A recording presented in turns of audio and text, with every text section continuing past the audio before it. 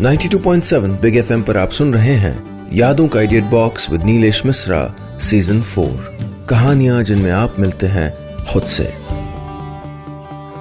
दोस्तों, मैं आपको सुनाने जा रहा हूं अपनी मंडली के सदस्य मंजीत ठाकुर की लिखी कहानी हजारों ख्वाहिशें ऐसी। जिंदगी से बेजार संतोष अपनी टूटी चारपाई पे चढ़ा हुआ बैठा था। क्या है ये जिंदगी है? न कायदे की नौकरी, न गुजारे लायक तनख्वाह, न कायदे का खाना, न वो लड़की जिससे वो टूट के मोहब्बत करता है। संतोष को जिंदगी से बहुत शिकायतें थी। उसको हमेशा यही लगता था कि जीवन में उसको ऐसा कुछ नहीं मिला जिसके वो लायक था या लायक हो सकता था। हमेशा उसके मन में चलता रहता कि उसकी आज तक कोई इच्छा पूरी नहीं हुई है, कि काश उसके मन की हसरतें पूरी होती जाएं। दिन रात संतोष अपनी हसरतों की बाबत ही सोचा करता। संतोष बिस्तर के किनारे बैठ के जूते उतार रहा था तो उस वक्त भी अपने आप में नहीं था। उस छोटे से कमरे में भी उसको हर तरफ बस एक ही तस्वीर नजर आ रही थी, गीता की। गीता उसी के दफ्तर में टेलीकॉलर थी, यानी वो कॉल करके बैंक के क्लाइंट से लोन की जरूरतों के बारे में पूछा करती थी। हर अच्छे आदमी की तरह उसे भी और सिर्फ उसे ही मोहब्बत हुई थी। गीता ने आज तक अपडेट करते हुए बताएं तो अभी दफ्तर से निकलने के 6:15 बजे तक कभी संतोष को गौर से देखा तक नहीं था। इधर संतोष था जिसकी जिस दिन गीता से हल्की फुल्की बात हो जाती थी वो एकदम हल्का हो जाता था और गुड़गांव के दफ्तर से किलोकरी के अपने घर तक उड़ता हुआ जाता। आज भी संतोष काफी हल्का था। तमाम ट्रैफिक जाम के बावजूद घर तक उड़ता हुआ आया था क्योंकि हौस खास में गीता ने उसको कॉफी पिलाई थी। उसका बहुत मन था कि वो गीता को कुछ गिफ्ट दे दे। आखिर किसी लड़की का जन्मदिन हो, वो लड़की कोल्ड कॉफी भी पिलाए तो गिफ्ट तो बनता है ना। खासकर तब जब उस लड़की को देख के संतोष का दिल मुंह के रास्ते बाहर निकल पड़ने को बेताब हो जाता हो। लेकिन वो कोई उपहार नहीं दे पाया था क्योंकि जेब में कुल जमा 73 रुपए थे और अब सब्जी के लिए आलू छीलते हुए ही उसको ये इल्म हुआ कि गीता को गिफ्ट न देके उसने एक ब्लंडर मिस्टेक कर दिया। संतोष की हसरतें एक बार फिर जाग उठी। काश ये बक्सा नोटों से भरा होता तो वो गीता को शानदार गिफ्ट देता। बहरहाल पैसे थे नहीं और बक्सा भी नोटों से भरने वाला था नहीं। संतोष को याद आया कि उसकी एक चांदी की जंजीर बक्से में पड़ी है। उसको ज्वेलर के पास देके ठीक ठाक सी साड़ी या सलवार कमीज खरीदी जा सकती है। संतोष ने आलू को बेसहारा छोड़ा और बक्से की तरफ लपके। बक्सा खोला तो उसकी आंखें फटी की फटी रह गईं। लगा अब दिल का दौरा पड़ जाएगा। बक्सा हजार हजार के नोटों के बंडलों से ठुसा हुआ था। 92.7 बिग एफएम पर आप सुन रहे हैं यादों का idiot box with Nilesh Mishra season 4। कहानियां जिनमें आप मिलते हैं खुद से। दोस्तों, मैं आपको सुना रहा हूं अपनी मंडली के सदस्य मंजीत ठाकुर की लिखी कहानी हजारों ख्वाहिशें ऐसी। इस कहानी में अब तक आपने सुना संतोष की कोई ख्वाहिश आज तक पूरी नहीं हुई, लेकिन वो गीता को प्रपोज करना चाह रहा है। उसने मुराद मांगी कि नोटों से भरा हो उसका बक्सा, और पता नहीं कैसे रुपयों से भरा बक्सा उसके सामने था। अब आगे। संतोष का दिल इतनी सारी रकम देख के अभी तक सदमे से उबरा नहीं था। इतनी रकम संतोष ने तो क्या, उसके बाप दादों ने कभी एक साथ नहीं देखी थी। लेकिन इस हादसे ने एक किस्म का सुकून भी दे दिया था उसे। संतोष को पहला ख्याल यही आया कि वो गीता को अब गिफ्ट दे सकता है। वैसे ये भी सच था कि इतने पैसे ने कॉन्फिडेंस भर दिया था उसके अंदर। पहले कहीं ना कहीं उसको लगता जरूर था कि गीता को उसकी सैलरी, उसकी हालत और सिफर बैंक बैलेंस सब का पता था, और उसने प्रपोज भी किया तो गीता झटक के मना कर देगी। आखिर wealth is the prime mover of society. उसने तय कर लिया था कि आज गीता को प्रपोज करके रहेगा। संतोष ने घड़ी देखी, 11:15 बजने को थे।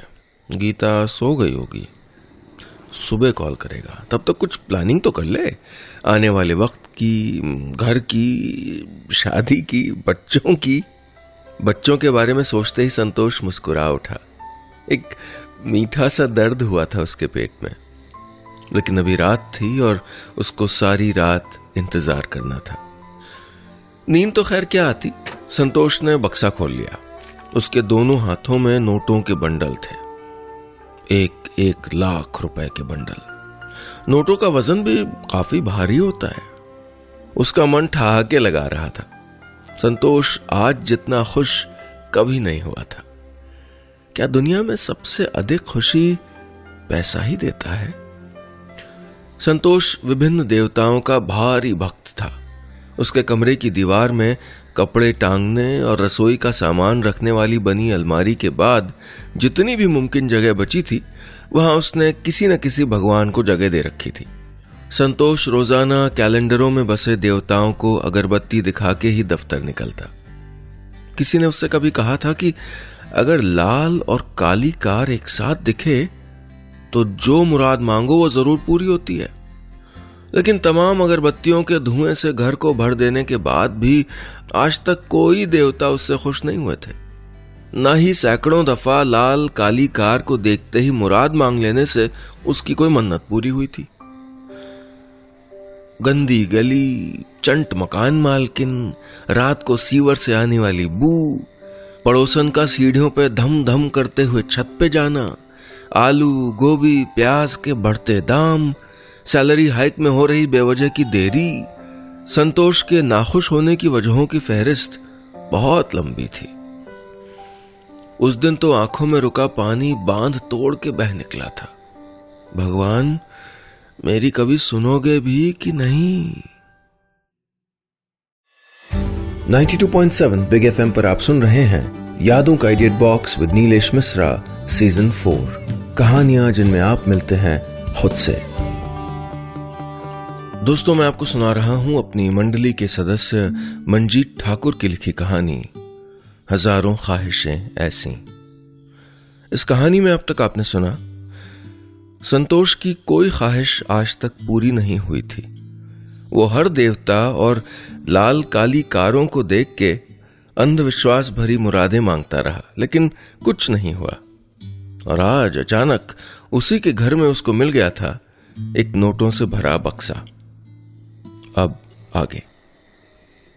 अपनी दुश्वारियां याद करके आंखें भर आई थी संतोष की। ये बात नामालूम है कि आंसू खुशी के थे या अतीत के दुखों की परछाइयों के। अलबत्ता दिलो दिमाग में भावनाएं उमड़ आई थी।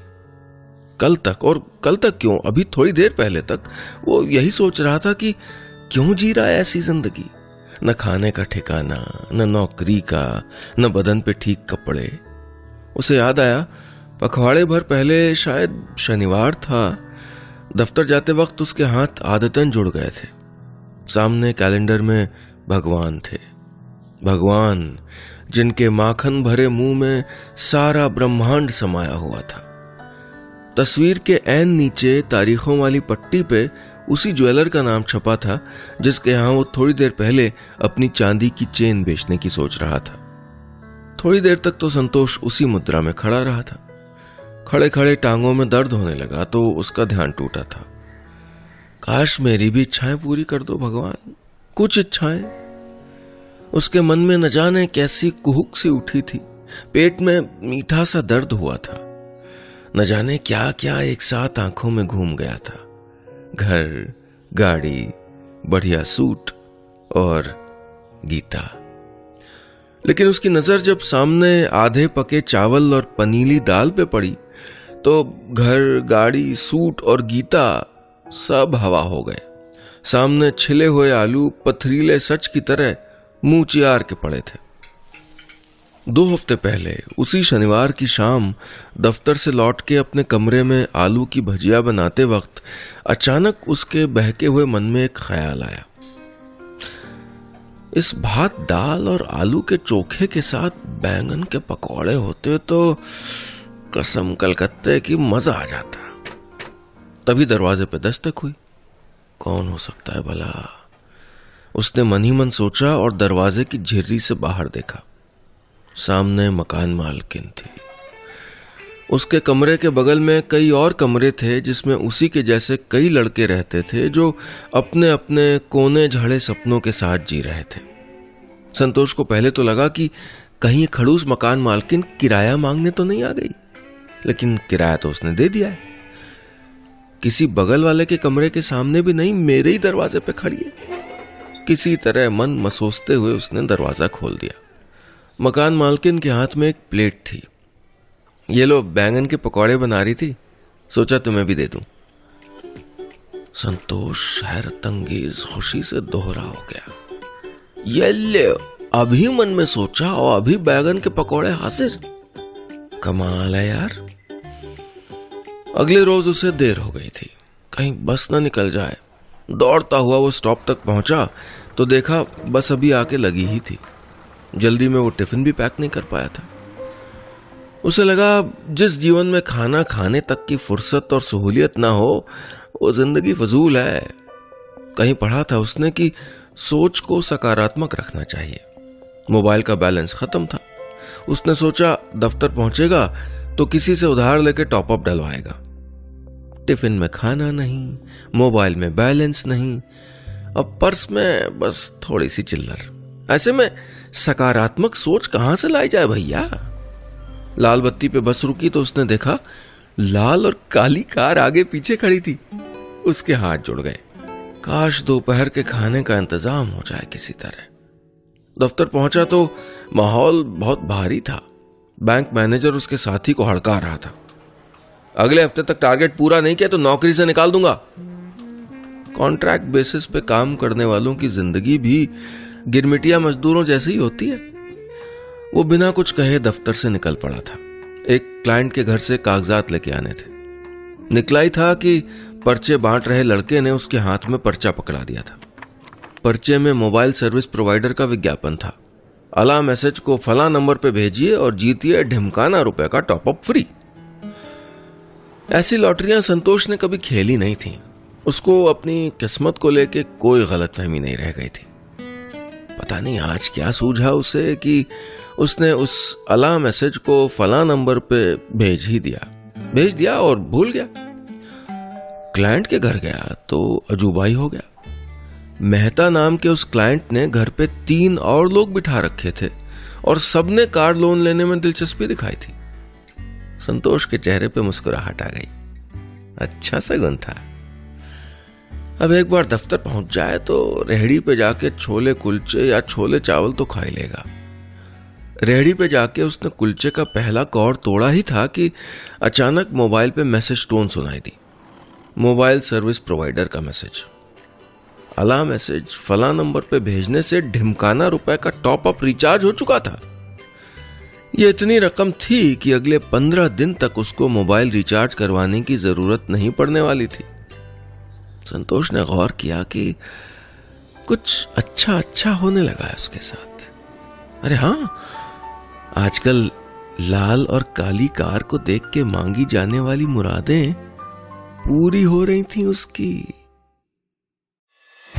92.7 बिग एफएम पर आप सुन रहे हैं यादों का idiot box with Nilesh Mishra season 4। कहानियां जिनमें आप मिलते हैं खुद से। दोस्तों, मैं आपको सुना रहा हूं अपनी मंडली के सदस्य मंजीत ठाकुर की लिखी कहानी हजारों ख्वाहिशें ऐसी। इस कहानी में अब तक आपने सुना संतोष की सारी हसरतें एक दिन अचानक पूरी होने लगीं। कभी बैगन के पकौड़े मिल जाते तो कभी मोबाइल का रिचार्ज और कभी बस की खिड़की वाली सीट। संतोष ने भी गौर किया कि उसकी सारी हसरतें अब अचानक पूरी होने लगी हैं। अब आगे। मोबाइल में बढ़े हुए बैलेंस की खुशी लिए संतोष दफ्तर में घुसा ही था कि सामने उसको गीता दिख गई। वही गीता जिसको वो बाज दफा सपनों में देख चुका था, जो उसकी तरफ आंख उठा के भी नहीं देखती थी। वही गीता जो आज उसको मुस्कुरा के अपनी तरफ बुला रही थी। संतोष उड़ता हुआ सा गीता की तरफ पहुंच गया। गीता ने सामने रखा एक डब्बा उसकी तरफ बढ़ाया। आज गीता का जन्मदिन था। डब्बे में था केक का टुकड़ा। संतोष, खाना खाओगे? गीता ने पूछा था। संतोष दुविधा में पड़ गया। छोले कुलचे से पेट भरा नहीं था और वो गीता के साथ कुछ वक्त तो जरूर बिताना चाहता था। उसकी दो इच्छाएं एक साथ पूरी हो रही थी, गीता का साथ और दोपहर के खाने का इंतजाम। उसने गौर किया कि उस शनिवार के बाद से माहौल कुछ बदल गया है। वो मन में जो भी सोचता हर चीज पूरी होने लगती। मकान मालकिन का बर्ताव मीठा हो गया था। पड़ोस का धुआं उसके कमरे में नहीं आता था। कोई उसके दरवाजे के ऐन सामने गीला तौलिया या कच्छा नहीं टांग रहा था। बस हमेशा पकड़ में आ जाती थी और रोज कंडक्टर पता नहीं क्यों उसको अपने पास खिड़की की तरफ बिठा देता था। गीता उसको हाय हेलो करने लगी थी और पिछले 5-6 दिनों से तो दोनों 2-3 बार एक दूसरे को चाय कॉफी भी पिला चुके थे। उसके पैरों में चुभ रही जूते की कील गायब हो गई थी और ठोड़ी पर के 8-10 सफेद बाल फिर से काले हो गए थे। दिल्ली की सर्दी थी, चिल्ला जाड़ा पड़ रहा था। रात को मोटर से टंकी में भरा गया पानी सुबह तक बर्फीला हो जाता है। नहाते वक्त लगता है कि सर पे किसी ने ब्लेड चला दी हो। सुन्न पड़ जाता है माथा। संतोष के मन में आया कि जरा सूरज की धूप उसकी बालकनी तक पहुंचे तो नहाना आसान हो जाए। संतोष भी ना हमेशा उल जलूल सोचता रहता है, अरे भला ऐसा कभी हुआ है कि सूरज अपने उगने की जगह से उत्तर की ओर खिसक जाए और शाम को चांद ज्यादा बड़ा दिखे? पर ऐसा ही हुआ। पिछले शुक्रवार की सुबह संतोष सर में शैम्पू मल ही रहा था कि खिली हुई चटख धूप ने नहाना आसान कर दिया था। शाम को पार्क पार करते समय चांद उसे कुछ ज्यादा ही बड़ा दिख रहा था, ज्यादा ही रोशनी से भरा। इन्हीं सब बातों पे गौर किया था उसने और उसको लगने लगा था कि उसका लाल और काली कार को देख के मुराद मांगने का नुस्खा कारगर है। अब उसने सोच लिया था अब की बार वो कुछ बड़ा मांगेगा। 92.7 बिग एफएम पर आप सुन रहे हैं यादों का idiot box with Nilesh Mishra season 4, कहानियां जिनमें आप मिलते हैं खुद से। दोस्तों, मैं आपको सुना रहा हूं अपनी मंडली के सदस्य मंजीत ठाकुर की लिखी कहानी हजारों ख्वाहिशें ऐसी। इस कहानी में अब तक आपने सुना, जिंदगी से हार चुके संतोष की सारी इच्छाएं अचानक पूरी होने लगती हैं। उसे जब इस बात का इल्म होता है तो वो मन में ठान लेता है कि वो अब कुछ बड़ा मांगेगा। क्या मांगेगा वो, सुनते हैं आगे। संतोष ने मन में तो ठान ही लिया था कि अब की बार वो कोई बड़ी मुराद मांगेगा। नतीजा सामने था, नोटों से भरा हुआ बक्सा। अब वो बेसब्री से सुबह का इंतजार कर रहा था, गीता को अपने मन की बात कहने का इंतजार। सुबह पौ फटी ही थी कि संतोष ने कांपते हाथों से गीता को फोन लगाया। क्या है सत्तू? उनींदी आवाज में गीता ने पूछा। गीतू, मुझसे ब्याह करेगी? गीता खिलखिला पड़ी। अरे पागल, ऐसे कोई प्रपोज करता है क्या? नहीं रे, मुझे प्रपोज करना भी नहीं आता, लेकिन बोल तो सही, करेगी ब्याह? थोड़ी देर रुक के बोली थी गीता। कर लूंगी, लेकिन रखेगा कहाँ और खिलाएगा क्या? Lemon juice? फिर गीता ने रुको आती हूं के दिलासे के साथ फोन रख दिया था। गीता आई और क्या खूब आई। ठंडा, मिठाई, नमकीन तश्तरी में पेश किए थे संतोष ने। बिना किसी बात के, बिना किसी संवाद के ये खाना पीना निपट गया। गीता ने आंखों से इशारा किया। क्या? संतोष ने मानो सारी दुनिया की ताकत इकट्ठी करके कहा, मुझसे शादी करोगी गीता? गीता का रोम रोम झंझना उठा। बोली तो कुछ नहीं, बस सर हल्के से सहमति में हिला दिया। संतोष को शायद भरोसा नहीं हुआ। बोलो ना। गीता अब शर्मा गई। बड़े बुद्धू हो यार, सच में। संतोष को लगा मानो सारी दुनिया मिल गई। बमुश्किल पखवाड़े भर पहले उसके पास कुछ नहीं था और आज सब कुछ। अचानक संतोष लपकता हुआ बक्से की तरफ बढ़ा। रुक रुक, एक चीज दिखाता हूं। मंगलसूत्र है क्या? गीता ने फिर छेड़ने वाले अंदाज में कहा था। नहीं, हमारा फ्यूचर है। एक बक्सा भर रुपया है मेरे पास। क्या बात कर रहे हो? कहां से आया?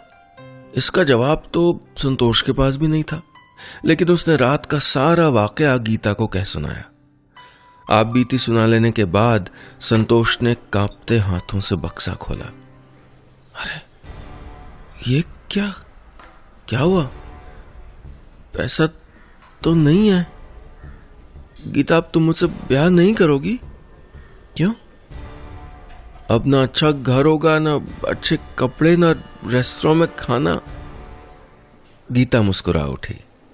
संतोष बाबू, मुफ्त के पैसों से मुझको सुख देना चाहते थे। दोनों कमाएंगे, बचाएंगे, दोनों मिलके इसी घर को अच्छा बनाएंगे, है ना? मोबाइल फ्री में रिचार्ज होना, बैंगन के पकौड़े मिलना, ये सब एक संयोग है मियाँ। और बालकनी तक धूप आना और चांद पहले से भी ज्यादा रोशन दिखना, ये इसलिए मुमकिन है मेरे डमरू, क्योंकि तुम मोहब्बत में हो।